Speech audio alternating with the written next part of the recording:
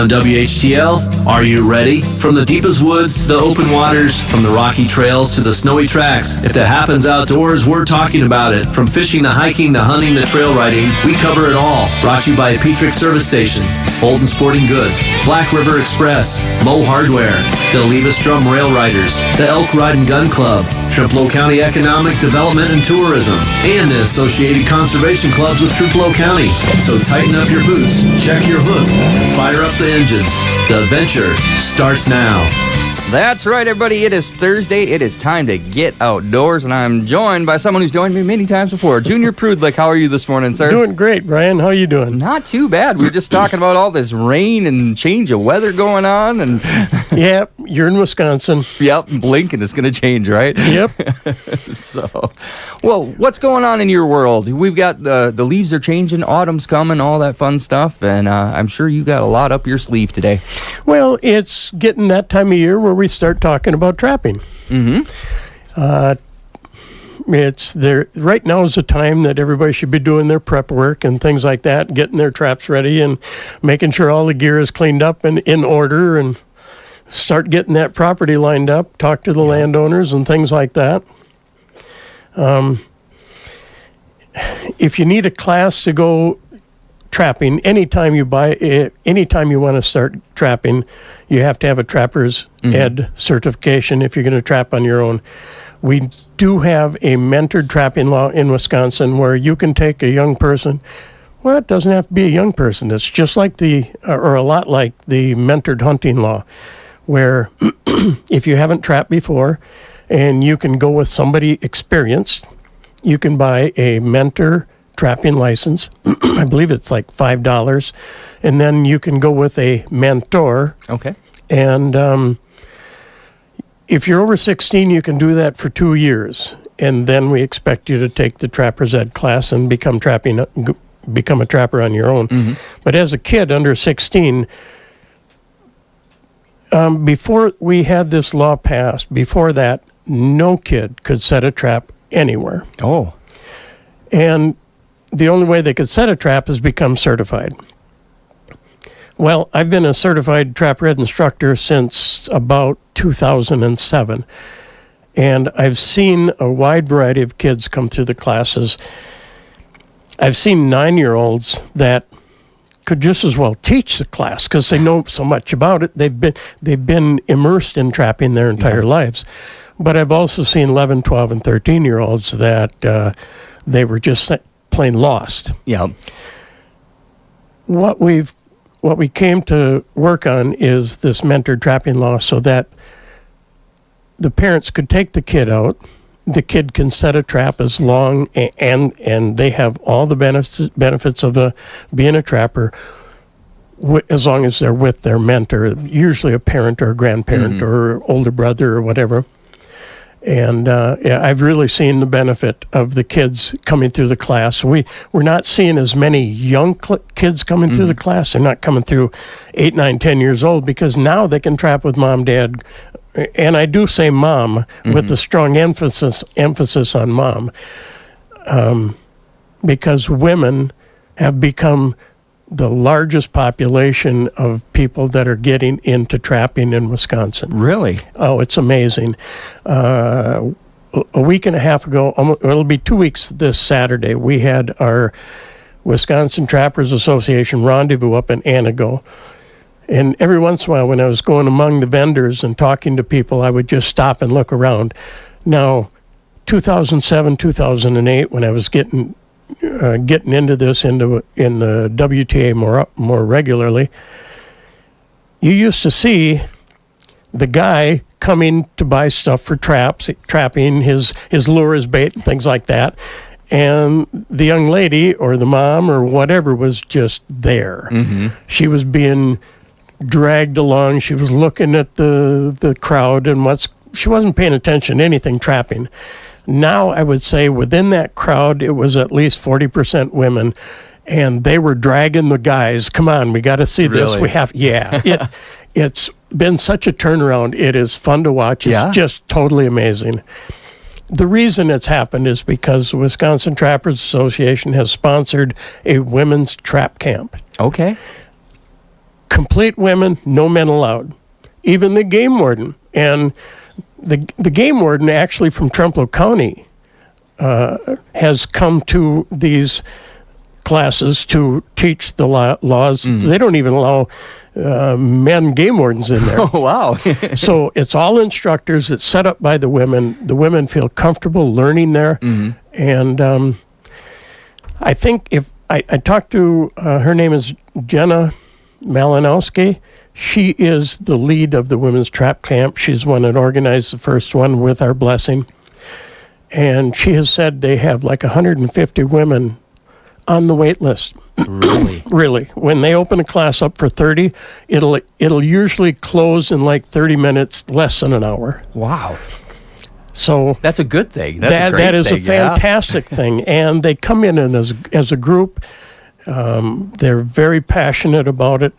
And it's just amazing to watch this happen. Yeah. So getting back to the kids, now what I'm seeing now in the Trap Red classes is when the kids come through, they're more like 15, 16 and on up, and they know about trapping. Yeah. And it's fun to be in that class where you're not leading kids around that don't know anything about it. And you feel more assured that when they walk away from this class, they're probably going to stay in the sport, and they're going to do very well in the sport because they have this background. Yeah, well, especially coming in with some knowledge of it, it means that they've got the knack for it. It's something they're excited about, they want to learn about. So they're going to be the people who are paying attention the most, and like you said, our future trappers. Oh yeah. Oh yeah. And like I said, that the mentored law has made a big difference in our people coming through taking the class, and the women coming into our sport has been fantastic. Now, when we were up to the Trappers Association rendezvous, we did get to talk to Jenna. Excuse me. And they are having a women's trap camp.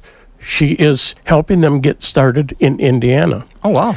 And the week after next, she has been invited to Nebraska to speak out there on getting women's trap camp started all over the U.S. So Wisconsin has been a leader in this sport in many respects, and I'm really proud to work with people like that, because the passion is there, and it's just amazing to see it come out in how it affects our sport. Yeah, no, that is great. And, for Wisconsin, you always hear about, we're big deer hunters, bow hunters, fishermen and stuff, but you don't hear a lot about trapping.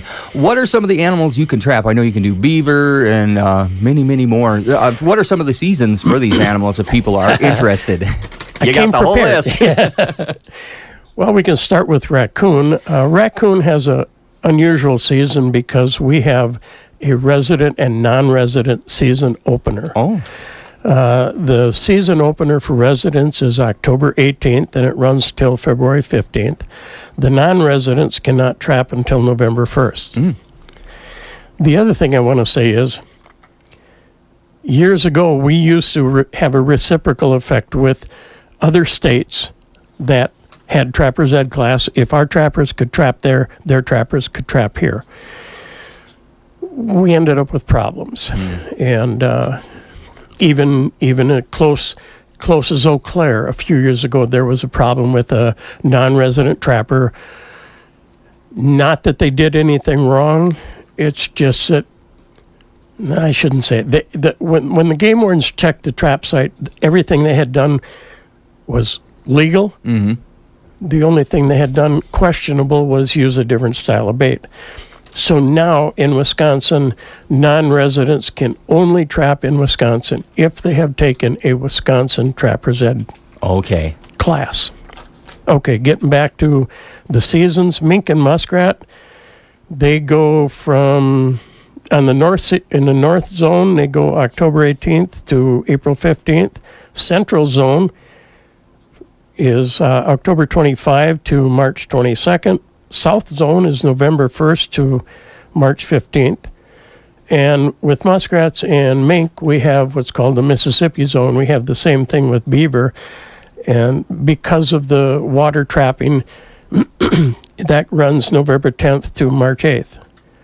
And then we have beaver and otter, fox and coyote, fisher, bobcat, all those seasons. They vary a little bit, but water trapping or dryland trapping usually starts like, I said October 18th for coon.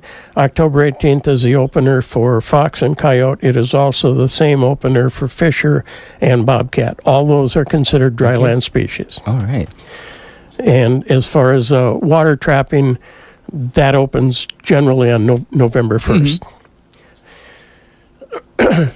The only thing I would say is, as far as raccoon trapping, I never start on the opener. I know the opener is set up early. The raccoon are not prime yet. Oh, okay. And I don't start trapping raccoon until the second Saturday in November. What happens by then is they prime up, and you're getting your top dollar for your raccoon. If you're catching raccoon that are not prime in this fur market, the fur buyers don't want them. Okay. They'll tell you to take them home. They won't give you a thing for them. So if you're going to use the fur, which we promote, is using the fur wisely. Yep. I wouldn't trap until they're prime. Okay. So, and then otter trapping, beaver trapping, they all have the November 1st start, which is, again, water trapping. Yep. Bobcat has 2 seasons. They have a first period and a second period. The first period runs till Christmas Day, December 25. Okay. And then the second season goes from December 26 to January 31st. When they originally set up that season, they split the season because trappers would trap early, generally, and the dog hunters would hunt late.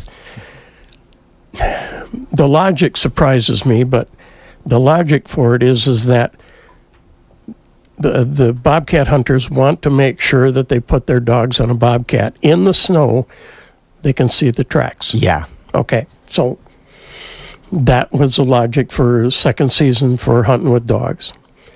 But we can trap all those animals. Some of the animals require a special tag, like fisher and bobcat. Okay. You have to apply for those tags. Otter used to be in that category, but we have enough of a population of otter that now we get 2 otter tags with every trapping license. Okay. In fact, the population is getting up high enough that it very possibly in the future could go to 3 tags per license. And we have a state quota. Excuse me.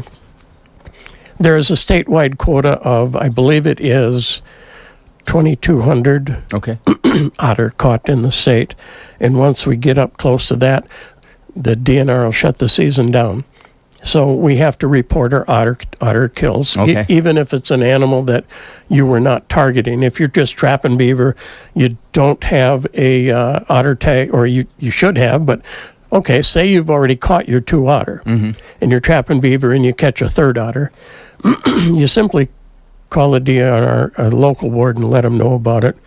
There's no fine to you. It's a situation where something you couldn't help. The otter do get into beaver traps, and we want to see that resource not go to waste.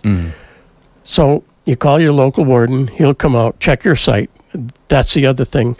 If you're going to catch the otter, call your warden. Don't take the otter out of the trap. Don't take it to your truck. Don't take it home and call the warden and say, look, I got this otter. If the warden doesn't know you, he's going to want to come to the site, check the site, make sure you did everything right for beaver. And if you catch an otter, he's going to take the animal with him. Now that otter will go into the educational process. And even with bobcats, if you're trapping raccoon or something like that, and you would happen to get a bobcat and kill it, same situation, call your local warden. Okay. Let them come to the site, check it all out, and then they will take that bobcat. It goes into a freezer, and what they use it for is when they're educating new wardens, biologists, and things like that, They will skin the animal out, do a necropsy on it. The fur at that point will go into the trapper education program. The fur gets sold, and the money goes into it's called WCTEP, Okay. Wisconsin Cooperative Trapper Education Program.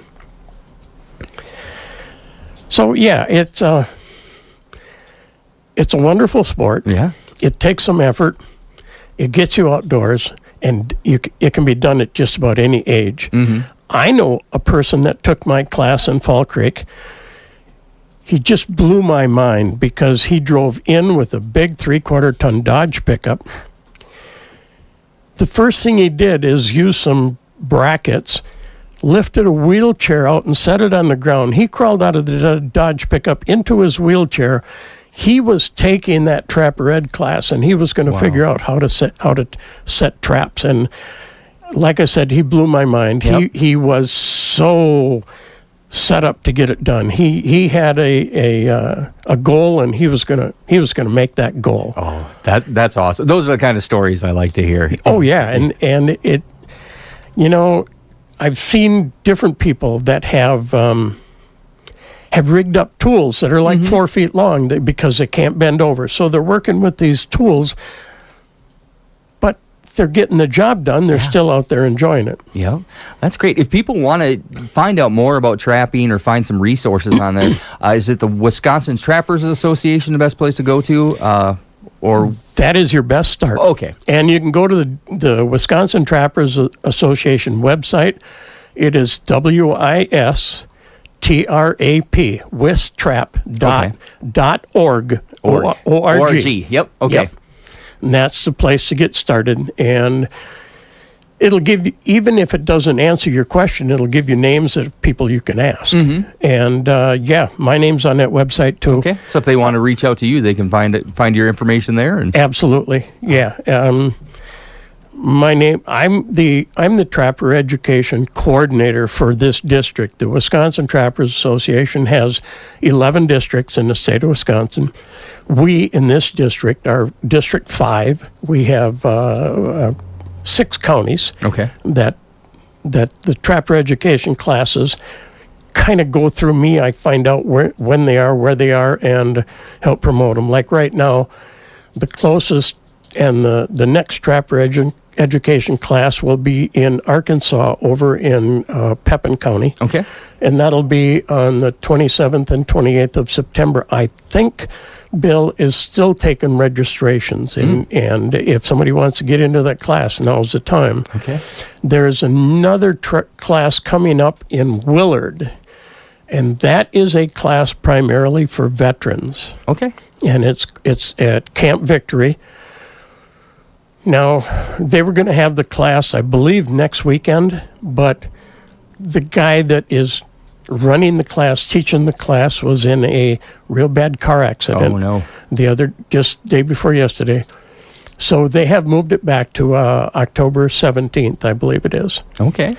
So get online and check out these classes, especially for veterans if you want to get started in the sport.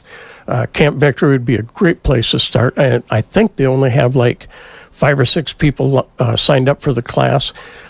That makes a nice class because it's very personal. Yep. and everybody gets a little more one-on-one.